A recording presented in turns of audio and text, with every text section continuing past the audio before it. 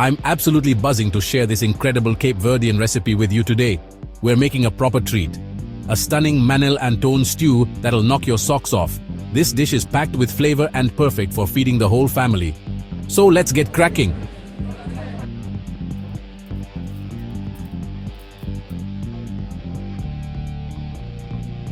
Right, let's start with the tools we need. You'll want a nice big pot, that's crucial. Grab a sharp knife, a wooden spoon, and a cutting board. Oh, and don't forget a lovely big ladle for serving up this gorgeous stew. Now, for the star of the show, the ingredients. We're talking about 500 grams of beef, cut into chunks.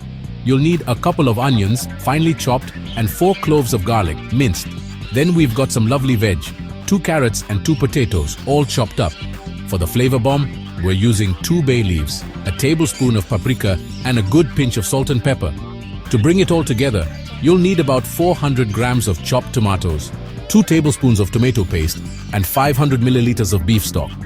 And for that authentic Cape Verdean touch, we're adding 100 grams of macaroni. Beautiful. Alright, let's get cooking.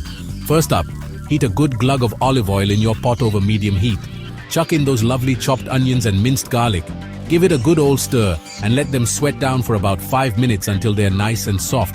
Now, in goes the beef. Brown it off for a few minutes until it's got a beautiful color all over. Then, bish bash bosh. Add your carrots, potatoes, bay leaves, paprika, salt and pepper. Give everything a good mix to coat it in all those gorgeous flavors. Time to add the tomatoes, tomato paste, and beef stock.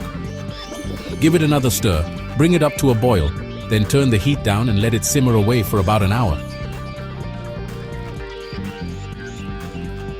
About 10 minutes before you're ready to serve, throw in the macaroni and let it cook in the stew. It'll soak up all those beautiful flavors. And there you have it, folks.